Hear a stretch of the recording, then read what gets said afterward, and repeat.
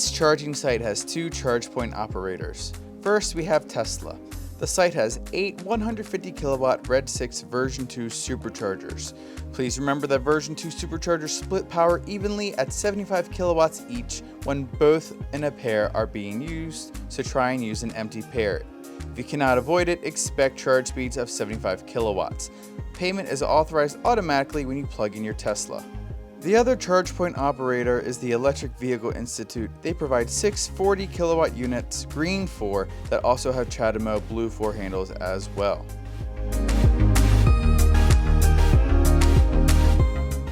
This location is located right off the highway and easily accessible.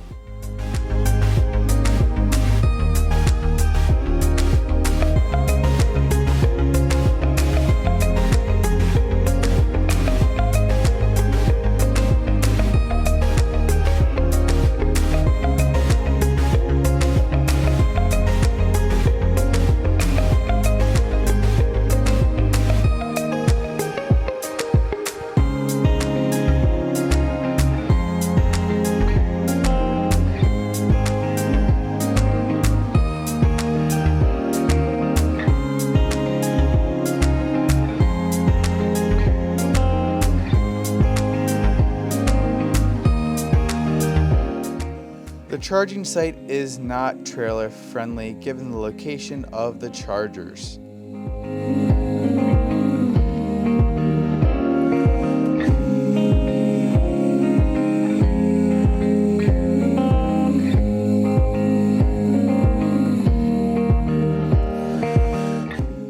This site has several trash cans, but it does not have squeegees. This site even has a dog park with a dog waste basket as well, and even some complimentary bags.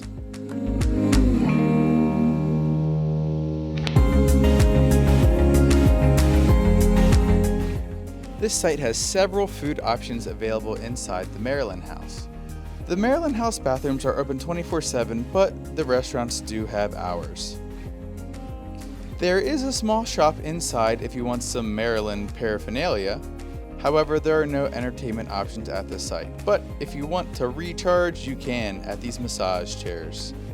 There's even a dining area outside if you have a pet or just want to be out in the sun. The Maryland House has security provided by the Maryland State Police. Outside, it is extremely well lit, and there are cameras to give you a sense of safety at night.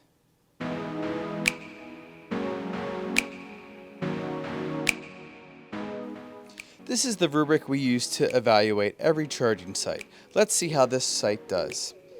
Each site is evaluated on these 4 areas. They can earn up to the following points for each and start with a base score of 65. Both chargers will have the same for every category except charging. The Supercharger site earned 5 points for having 8 available charging handles. The site loses 5 points for having 150 kilowatt chargers that can split to 75 kilowatts.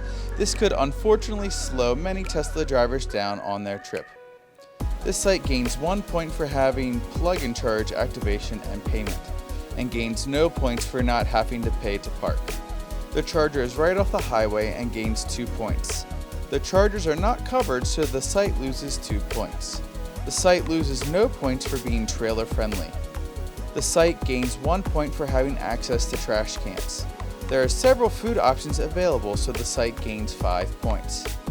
There are some shopping options available, so the site gains 2 points. The site loses no points for the lack of entertainment options. This site gains 1 point for having bathroom access 24/7 located within the Maryland House. The site is well lit, so it earns 2 points. The site has cameras, so it earns an additional 2 points. Lastly, it gains 1 point for having access to a 24-hour location. Let's add up the numbers. It gains 1 point for charging, gains 1 point for convenience, gains 8 points for amenities, and gains 5 points for safety. This gives the Maryland House Supercharger site a total score of 80. For the EV Institute charger, it gains no points for 6 charging stalls, loses 5 points for low-speed DC fast charging, but gains 3 points for having all payment methods. So it loses 2 points for charging, gains 1 point for convenience, gains 8 points for amenities, and gains 5 points for safety. This gives the Maryland House EV Institute site a total score of 77, only 3 points less than the Supercharger.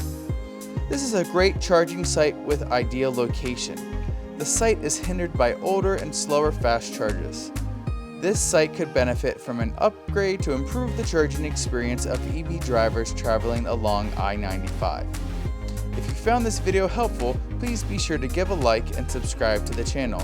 Thanks for watching and safe travels!